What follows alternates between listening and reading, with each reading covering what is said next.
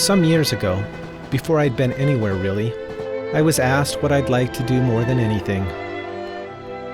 I replied, I would like to see the world. I'd spent 2 years in Italy, been to Amsterdam for work, and I guess that was enough to instill a sense of adventure and a desire to travel. Call it luck, call it providence, but since then I've been to cities and states, countries all over the world.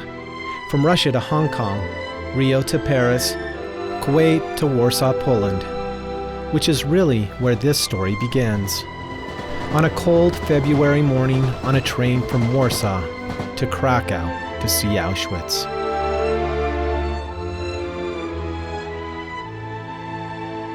As I stared out the window, watching the countryside go by, I couldn't help but think about the thousands of innocent men, women, and children placed on trains headed to where I was going now. One survivor wrote, I think of darkness when I think of that train trip. Too many people, not enough space, no space to lie down. 3 days of sitting, every now and again standing. We had no idea where we were going, or when we would stop, or how long it would take.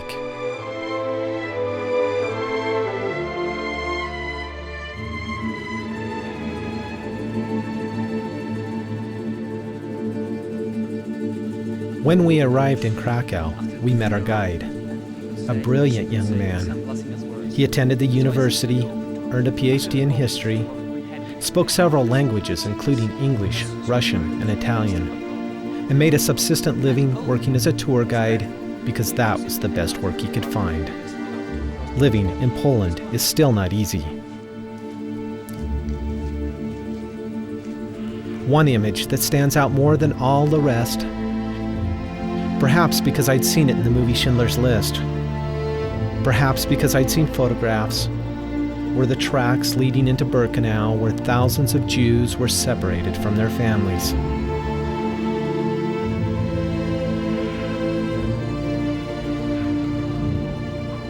Otto Frank, Anne Frank's father, wrote, I can no longer talk about how I felt when my family arrived on the platform at Auschwitz and we were forcibly separated from each other.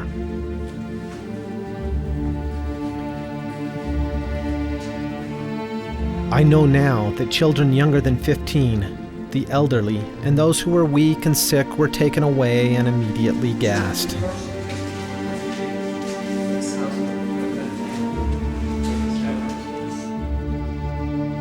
Birkenau was a short distance from Auschwitz, and although they like to call both work camps, they were in fact both extermination camps.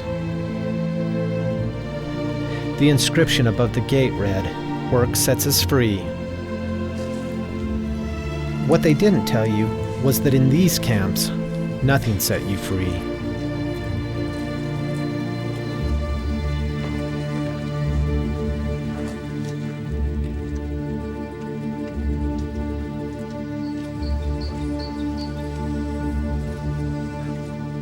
It's incomprehensible to me that such evil as took place at Auschwitz was possible. And yet, here I am, confronted with reality, events horrific in their scale, unimaginable in their scope.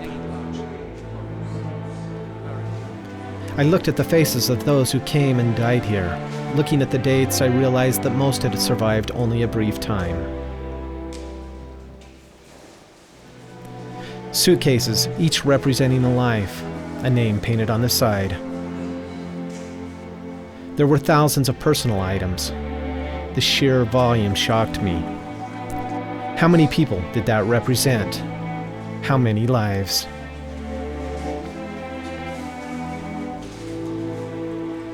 Many of you have probably read the diary of Anne Frank. She died at Birkenau.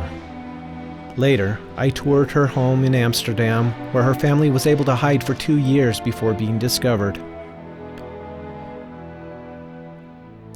In her diary, March 25, 1944, she wrote, I want to go on living, even after death, and therefore I'm so grateful to God for giving me this gift of writing, of expressing all that is me. Primo Levi, a writer and survivor of Auschwitz, said, "One single Anne Frank moves us more than the countless others who suffered just as she did, but whose faces have remained in the shadows." Perhaps it's better that way. If we were capable of taking in all of the suffering of all those people, we would not be able to live.